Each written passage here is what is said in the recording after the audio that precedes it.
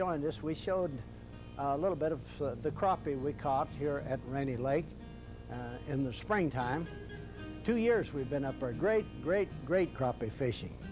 But while I was there, the guide, Woody, said, why don't you come back up here and shoot a smallmouth picture? Well, I know lots of smallmouth in all the border waters, and I said, I can't come till late July, 1st August. He said, well, that's all right, anytime. We can get them anytime.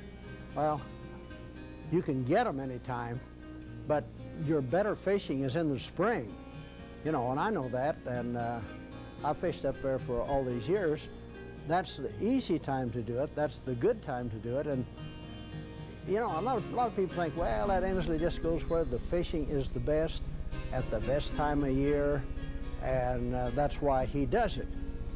You can't always do it that way, and even if you think it's the best time of year, and with the best guide in the best spot, that doesn't mean it'll be that way. But Rainy Lake Lodge is located conveniently for the people that want to drive to northern waters to fish for smallmouth and walleye, and they have some northern in there. I wouldn't necessarily recommend their northern pike fishing, but surely their walleye fishing will be as good as it is and smallmouth as there is in nearly any of the waters, and I'd say that their crappie fishing in the springs is as good as it is anywhere.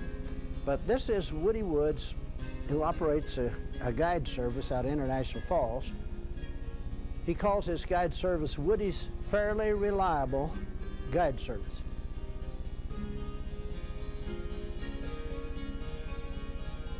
Show and tell, I guess, what he's got on the back there. When he turns around, you can see it. I said, Woody, what do we catch them on? He said, well, catch them on topwater bait and on leeches. And he pulled out a topwater bait, had 2 sets of treble on it. I said, Woody, I've been trying to get people to fish with single barbless hooks up there, and here I show a movie of catching smallmouth on topwater baits with 2 sets of trebles. I said, no, I can't do that. And I handicapped him just a little bit. He said, well, I think we can get them on leeches, and this is typical of the smallmouth bass that you kept catching in the border country. Now, I've caught them up, I think 6'2" is the largest one, 6 pounds, 2 ounces, the largest one I caught out of Lake of the Woods. But a 6-pound smallmouth is pretty rare up there. Most of the smallmouth run from about 2.5 to about 4.5, maybe occasional 5-pounder. But they're good fighters, they're scrappy fighters, and I know that Woody has some good smallmouth fishing. We didn't have it, but I know that he does have it. And the time to go up there would be in the spring, as soon as the season opens. I don't know. I think Minnesota's. I don't know whether Minnesota and Canada open the same time up there. You see, Woody's Fairly Reliable Guide Service. He sells those T-shirts too, by the way. I said, Woody, you put that fish back over the side of the boat, and I couldn't see you put him back. Box full of leeches.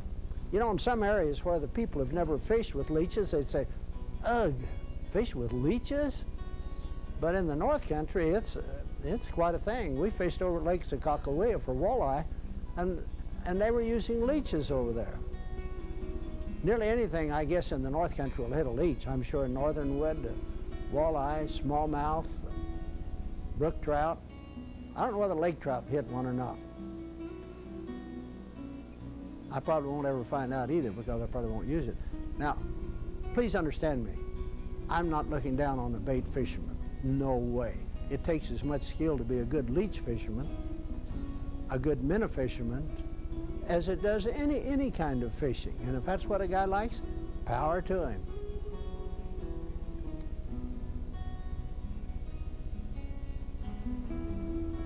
Dwayne Paul, the boy who's with us, as you'll see in a minute, school teacher from Shawnee Mission, Kansas.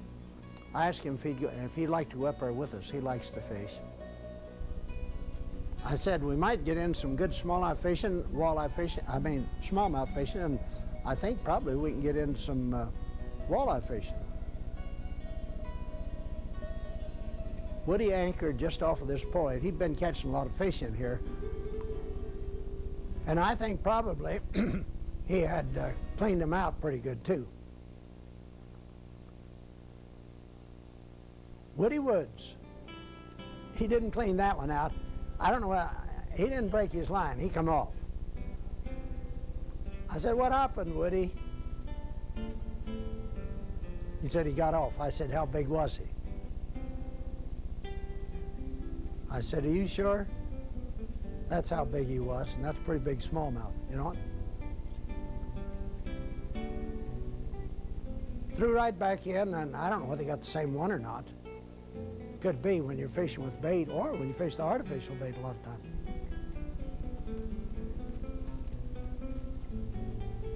Rainy Lake, Minnesota.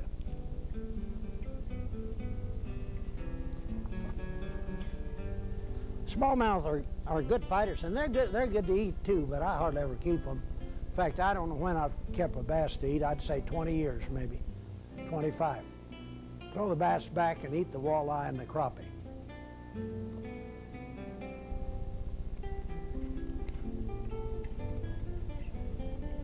I handicapped Woody just a little bit by not letting him throw his topwater bait with the treble hooks on it.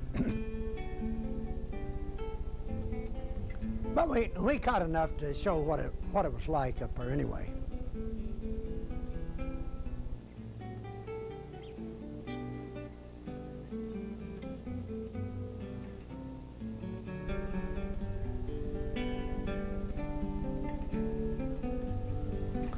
Now this is just typical of the size of smallmouth we're catching. Like I said, I was fishing up at Nestor Falls one time, and I made 2 casts, and I got a 514 and a 6.2. The 2 of them weighed 12 pounds. We weighed them.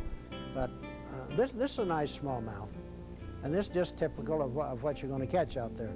But you'll get into them wherever one is just like that. And sometimes you get in a place and you can catch 30 or 40 of them. Notice how fat that fish is too. Good shape.